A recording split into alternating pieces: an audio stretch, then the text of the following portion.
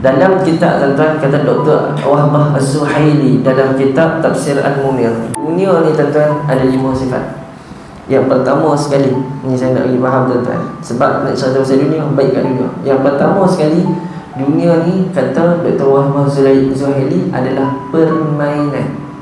Tuan-tuan tak sebab permainan. Kadang-kadang kita jumpa kawan ni, itu okey dengan kita, esok ni tak okey dengan kita. Itu permainan tuan-tuan. Permainan supaya apa? Kita banyak sabar. Sebab manusia ni apa? Tak sempurna. Pegang hati tuan-tuan.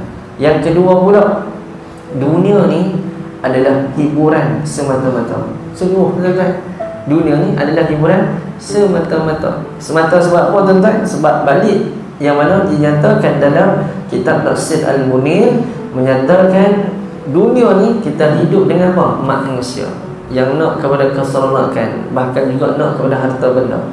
Yang ketiga tuan-tuan, kata Dr. Wahbah Az-Zuhaili dalam Tafsir Munir tuan-tuan, di antaranya dunia ni adalah perhiasan. Hiasan tuan-tuan, tengok cantik tuan-tuan, tetapi tujuannya sebab apa?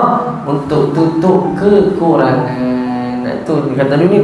Yang keempat pula, dunia ni di antaranya saling membangga-banggakan diri. Orang yang hebat akan diangkat tuan-tuan, orang yang tak hebat akan berada di bawah. Na'udzubillahi min zalik tuan-tuan. Dan yang terakhir, kata dalam Tafsir Munir pada tuan-tuan, ayat-ayat, dunia adalah tempat untuk saling bersaing dalam banyak harta. Dia ni kaya, kawan ni kaya, dia ni kaya tuan-tuan. Ini di antaranya dunia tuan-tuan. Habis tu Ustaz, kita nak hidup kat dunia tak boleh ke? Boleh tuan-tuan. Itu yang kata, yang mana balik dalam kitab Tafsir Al-Munir, dunia ni ada apa? Sifat dia yang kita nak cerita. Apa dia? Dalam bahasa Arab disebut la'ibun, permainan. Sat okey, sat tak okey. Bahkan juga yang kedua, lahwun. Dalam bahasa Arab, sesuatu yang melalaikan. Hatu dunia tuan-tuan. Yang ketiga apa pula?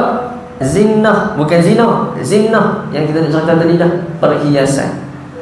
Dan juga yang terakhir yang kita nak cerita dah, sebab balik dalam hadis Nabi SAW, mengumpulkan harta dalam kemurkaan Allah, membanggakan harta terhadap wali-wali Allah, maka orang ni akan kalah dekat mana? Di dalam hal akhirat. Wa'iyyazubillah min dzalik.